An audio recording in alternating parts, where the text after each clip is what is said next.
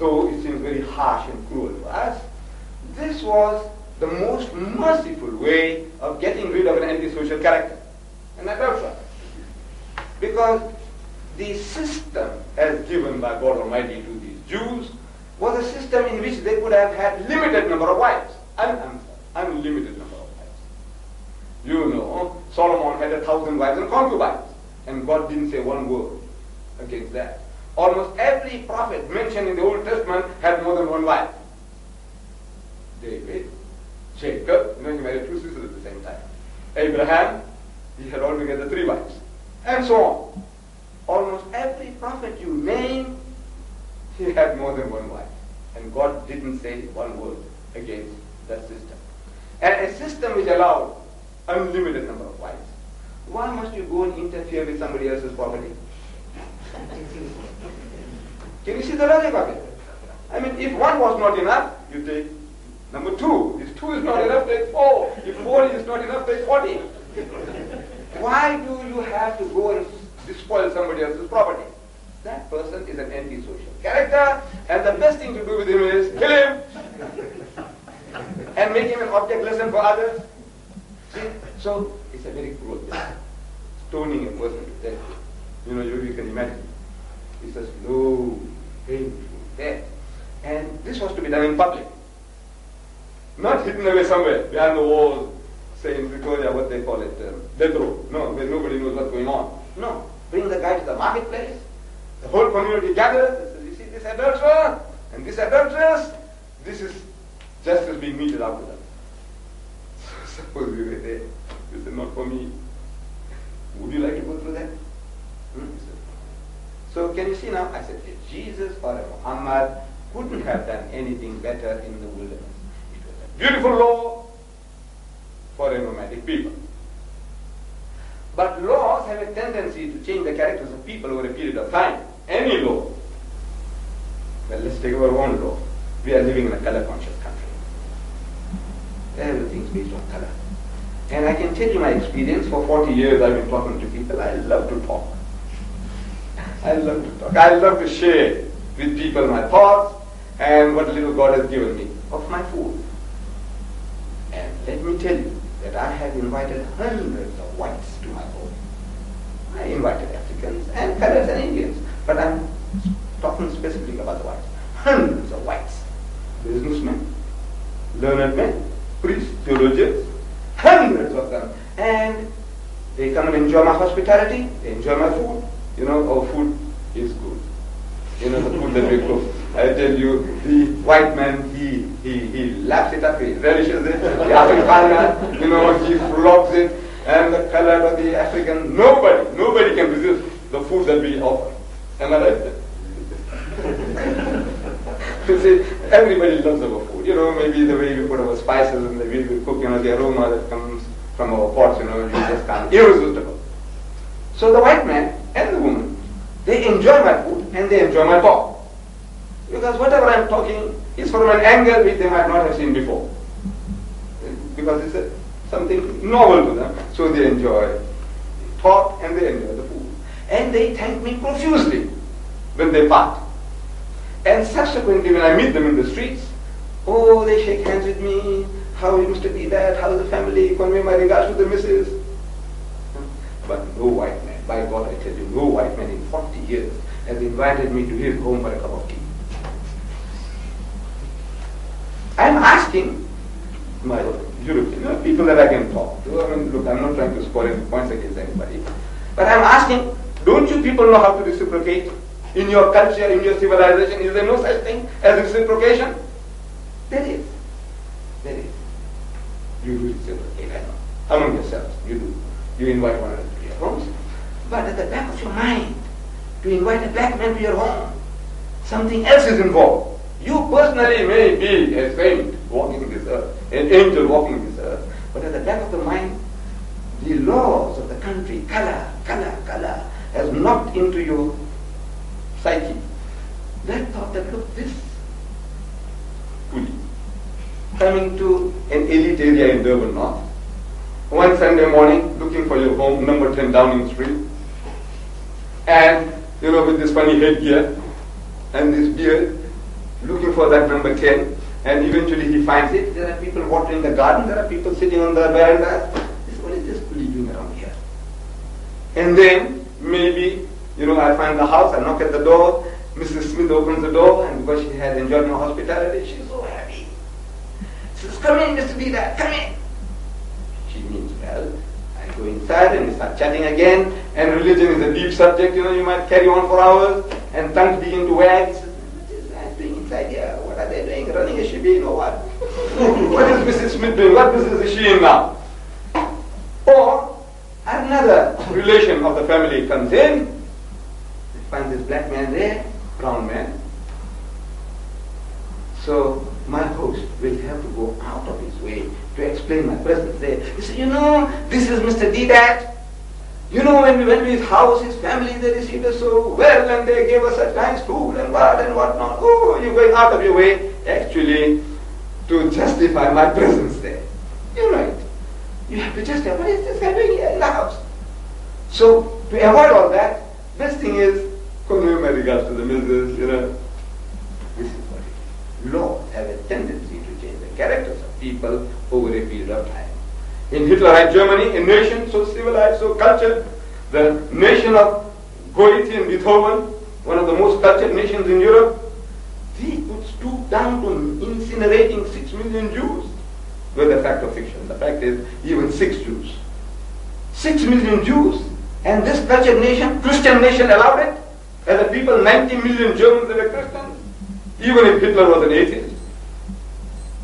They allowed this massacre to take place. Why? Programming, brainwashing. The Jews, Christ killers, kill them. They deserve it. So the whole nation, if inwardly you might have felt uneasy, but it says, well, they deserved it. They're getting it what's coming to them, but they've earned. 90 million Germans, they were quite happy with what happened. Laws have a tendency to change the characters of people over a period of time. 1,000 years and 300 between Moses and Jesus, the Jews, these very laws which were meant to mold the character and rule, create a happy community, those laws perverted the standards. They were told an eye for an eye and a tooth for a tooth. So, if I was chasing the birds with that old-fashioned sling, the one that David used to kill Goliath, I was only trying to chase the bird, and by accident injured a Jewish eye, another Jew injured his eye. So he goes to the judge and says, you see this guy here? He damaged my eye. Lord Iman, an eye for an eye. Damaged his. So suppose I was that unfortunate Jew of the time, I would plead and say, look man, brother, I didn't mean to damage your eye. It was an accident. Forgive me. He says, no, but the law says an eye for an eye and a tooth for a tooth. I said, look, I'm prepared to compensate you. I'll give you a kid from the flock. I'll give you a heifer. Forgive me. He says, no, the law says an eye for an eye and a tooth for a tooth. You see, he is going for the letter of the law and he is forgetting the spirit.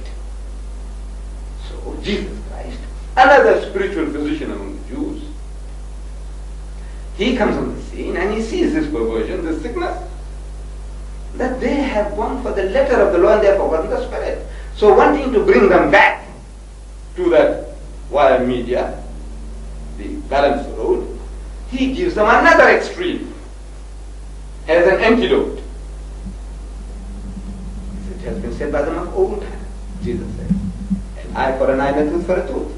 But I say unto you, resist not evil. He who strikes you on the right cheek, give the other. If a person takes away your coat, give me a blow also. Agree with thine adversary quickly, while thou art with him on the way. If a person makes you to walk 1 mile, walk with him 2. In other words, go to the other extreme. This is an antidote for a sickness, which is a beautiful antidote for a sickness.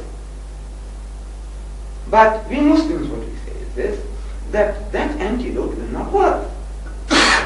Because you haven't got the sickness. Your sickness has changed. And as your sickness changes, the remedy must change. And in that change, we Muslims claim that Muhammad brought that last and final revelation of God Almighty. He has given us the law, and we say it is the fulfillment of the laws as given by Moses and Jesus. And Jesus Christ, he himself had foretold. In the Gospel of St. John, he says, I have yet many things to say unto you, to the Jews, many things. But ye cannot bear them now. In other words, you haven't got the capacity to grasp this knowledge. God has given it to him. He could have guided mankind for eternity till doomsday. But the people who were the recipients of that message were not fit to receive it, as he said. But ye, you, cannot bear them now. And the truth of that statement is writ large in the Bible. You read it again and again in the New Testament, in the Gospels. Jesus telling his disciples, ye of little faith. Ye of little faith. How many times? Again and again. He explains to them, as he was explaining to little children, and they can't grasp the message. So he says, are ye even yet without understanding? And when he's provoked further, he says, oh faithless and perverse generation. This is Iscariot's disciple. How long shall I be with you? How long shall I be with you? I say, if Jesus was a Japanese instead of a Jew, he would have committed honorable harakiri. You know the way they gave him trouble endless with the Polish father.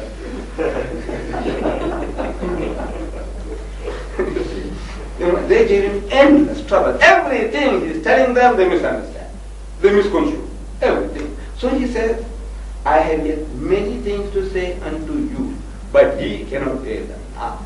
Howbeit, when he, the Spirit of truth, is come, he will guide you into all truth. For he shall not speak from himself, but what things shall he hear, that shall he speak. And he shall declare unto you the things that are to come. He shall glorify me. Now we Muslims, we say that Spirit of truth is Muhammad. He glorified Jesus to an extent that the Christian, when he listens to what the Quran says about Jesus, he falls on his back. He can't believe his ears. He thinks that the Muslim is hypocritical. Because when the Muslim says that we Muslims, we believe in Jesus, so we believe that Jesus was one of the mightiest messengers of God. We believe that he was the Messiah. We believe that he was born miraculously without any male intervention. We believe that he gave life to the dead by God's permission, and he healed those born blind and the lepers by God's permission. The white Christian feels that we are trying to scratch his back, so he may scratch ours. If I say a few good words about your Jesus, maybe you might say a few good words about my Muhammad. I said, look, maybe in the South African situation, we might have a tendency to do that. We are human, we are weak. And we Muslims in South Africa, or Brother James confirm, we are a minority of a minority. The Indian is a minority. And in that minority, we are 1/5. We are a minority of a minority. We are very weak. In numbers, in everything, we are very weak. So as such now, if we flatter the whites, the Christians, to get some crumbs somewhere along the line, we could be excused. But I said no. Here is a book, working from the Quran. In it, this particular one here has an index, and if you open the index and open the subject Jesus, you'll be amazed. The word name Jesus occurs in this holy book of ours, in the text, no less than 25 times. The name Muhammad